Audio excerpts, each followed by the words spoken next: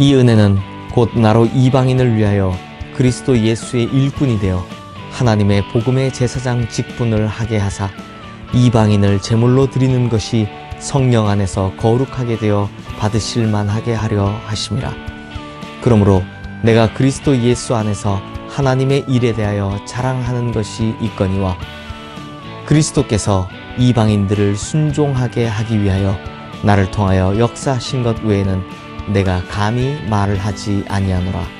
그 일은 말과 행위로 표적과 기사의 능력으로 성령의 능력으로 이루어졌으며 그리하여 내가 예루살렘으로부터 두루 행하여 일루리곤까지 그리스도의 복음을 편만하게 전하였노라. 로마서 15장 16절에서 19절 말씀. 아멘. 사도 바울은 로마서에서 십자가 복음의 핵심이 무엇인지 명확히 밝혀주었습니다. 이 전반부인 로마서 1장부터 8장까지에는 죄와 종로로 다던 우리 옛사람이 예수님과 함께 십자가에 못 박혀 예수님께서 죽으실 때 우리도 함께 죽었고 이제부터는 부활하시는 예수님의 영으로 산다라는 것입니다.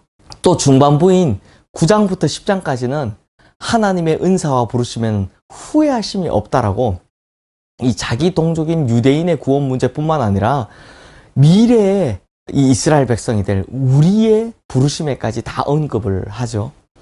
그리고 마지막 후반부인 12장부터 15장까지는 예수님의 새 생명으로 사는 자는 어떻게 살아야 하는지, 그래서 사랑해라, 하나의 공동체가 되라, 서로 배려하라, 이렇게 말씀하고 있습니다. 즉 이 모든 것이 다 십자가 복음이다라는 것이죠. 그런데요, 제가 지난번에도 말씀드렸지만 로마서 15장은 실제적인 로마서의 마지막 부분입니다. 왜냐하면 16장에서는 로마 교회 사람들에 대한 인사말, 감사 인사말이 나오기 때문이죠. 즉 이제 로마 교회에 보내는 편지를 정리하는 마지막 부분에서 사도 바울은요, 굉장히 특별하게도 이러한 십자가의 복음을 자신의 삶에 어떻게 적용했는지, 그래서 지극히 개인적인 간증을 하고 있는 것을 볼 수 있습니다. 그리고 이 간증으로 이 편지를 읽고 있는 사람들, 바로 우리에게도 도전을 주고 있습니다. 즉 사도 바울은 자신의 간증을 통해 너희도 이제 십자가 복음을 듣고 알았으니 그러면 과연 너희들의 삶은 복음으로 어떻게 변화되었느냐, 이걸 묻고 있는 것입니다. 사도 바울은 간증에서 자신은 복음 때문에 이방인에게 복음을 전하는 사도가 되었다라고 고백을 합니다. 오늘 본문 16절 말씀 한번 보십시오. 이 은혜는 곧 나로 이방인을 위하여 그리스도 예수의 일꾼이 되어 하나님의 복음의 제사장 직분을 하게 하사 이방인을 제물로 드리는 것이 성령 안에서 거룩하게 되어 받으실 만하게 하려 하심이라. 성도님들, 이방인의 사도가 되었다는 것 굉장히 놀라운 일입니다. 왜냐하면 정상적으로는 당시에는 이렇게 할 사람이 잘 없었기 때문입니다. 지금도 선교사로 헌신하겠다라고 하면 가족, 친지, 친구들로부터 이해받기 어려운 시대인데, 하물며 당시에 사도 바울이 그것도 이방인을 위한 사도로 헌신한다는 것, 정말 이해받기 힘든 상황이었습니다. 특히 이방인에 대한 인식이요, 너무 나빴기 때문입니다. 유대인들은 하나님께서 이방인들을 지옥의 불쏘시개로 만드셨다라고 여길 정도였으니까요. 심지어 예수님의 수제자였던 베드로조차도 로마의 백부장인 고넬료의 가정에 복음이 전해졌을 때 그들에게 성령이 부어지는 것을 보고 깜짝 놀라는 모습을 보여줍니다. 왜냐하면 유대인들 생각에는 이방인들은 절대로 구원받을 수 없다, 그런 존재들이다 라고 생각했기 때문입니다. 그런데 사도 바울은 자신의 인생 전부를 바쳐 이방인의 선교에 바치겠다라고 합니다. 그렇게 이방인들에게 복음을 전하기 위해 온갖 고생을 다하고 결국에는 로마에서 이방인들의 손에 목베임을 당하여 순교하게 되죠. 그러면 성도님들, 사도 바울은 자신이 이런 일을 당할 것을 몰랐을까요? 아닙니다. 그는 이방인의 사도가 되면 자신이 어떻게 될지 이미 잘 알고 있었습니다.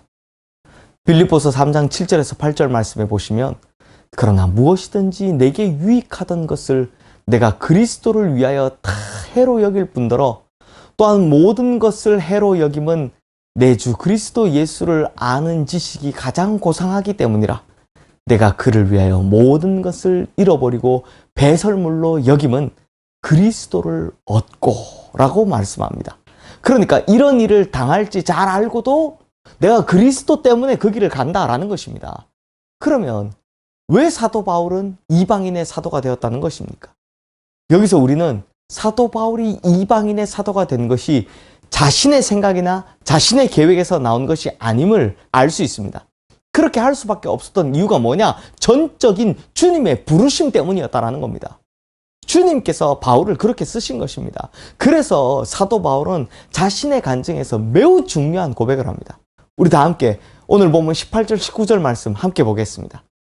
그리스도께서 이방인들을 순종하게 하기 위하여 나를 통하여 역사하신 것 외에는 내가 감히 말하지 아니하노라. 그 일은 말과 행위로 표적과 기사의 능력으로 성령의 능력으로 이루어졌으며 그리하여 내가 예루살렘으로부터 두루 행하여 일루리곤까지 그리스도의 복음을 편만하게 전하였노라. 성도님들, 주님 일을 하는 사역자는 두 가지 유형으로 나뉩니다. 똑같이 주님의 일을 해도 먼저는 주님을 위해 자신이 일하는 사람이 있고 반대로 예수님께서 그를 통해 역사하시는 사람이 있습니다. 사도 바울은요, 이 고백을 보면 후자였다라는 겁니다. 그래서 바울은 그리스도께서 나를 통하여 역사하신 것 외에는 내가 감히 말하지 아니하노라 라고 말하고 있는 겁니다. 즉 자신의 삶 전체를 통해 이룬 것, 이건 다 주님의 역사다. 주님께서 이루신 것이다 라는 것입니다. 후대의 역사가들이 사도 바울을 평가하는 것처럼 유럽의 문명을 뒤바꾼 사람, 기독교의 교리를 세운 사람, 이방인들에게 복음을 전한 사도, 이런 모든 찬사들은 사실 다 주님께서 자신을 통해 역사하신 것이고 내가 뭘 했다, 뭐 이런 것들에 대해서는 내가 말할 필요도 없다라는 것입니다. 이 사도 바울의 고백이 정말 위대하지 않습니까? 사랑하는 성도님들, 바로 이것이 로마서 마지막에 간증하고 있는 사도 바울의 삶이고 로마서를 읽는 우리 가운데 하나님께서 동일하게 이루시라 하시는 삶인 것입니다. 사도 바울이 그랬듯 우리가 복음을 제대로 읽고 듣고 체험했다면 이제 우리도 이렇게 살아야 한다는 것입니다. 그러므로 로마서의 십자가 복음을 제대로 들은 분이라면 예수님께서 나를 통해 역사하시는 삶, 우리가 일생을 살고 나서 주님께서 다 하셨습니다 라고 고백하는 그런 삶을 살아야 할 줄로 믿습니다. 그러므로 사랑하는 성도님들, 주님께서 다 하셨습니다. 이 고백이 있는 인생 살아가시기를 주님의 이름으로 축원합니다. 기도하겠습니다. 하나님 아버지, 우리가 살아온 모든 것들을 다 돌아볼 때 두 가지 분류로 나뉜다고 합니다. 첫 번째는 내가 살아가는 삶, 그리고 또 하나는 주님께서 역사하시는 삶. 주님, 진짜 십자가 복음을 제대로 들은 사도 바울은 주님께서 역사하시는 삶 가운데 살았고 내가 날 위해 뭘 했다는 것에 대해서는 아예 말도 하지 않는 모습을 보입니다. 바로 우리가 이러한 사도 바울 같은 삶을 본받아 살아가게 하여 주시옵소서.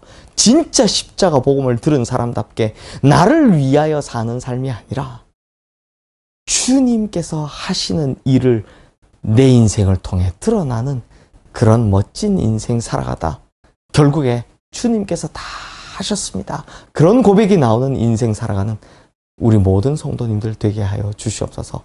예수 그리스도 이름으로 기도드리옵나이다. 아멘.